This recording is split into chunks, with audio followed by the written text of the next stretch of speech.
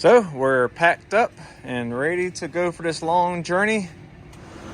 Just stopped at Love's, doing a check, making sure all of our tarps are in place. Just went around, checked their hubs for heat. Everything feels good. Tires look good.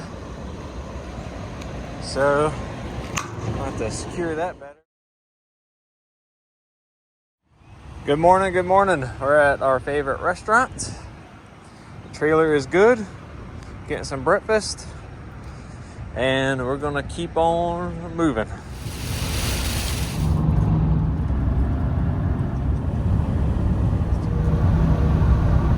So, this is what we came to Texas for. As you can see, the toolbox had to be cut down. We had to have the tires all the way forward.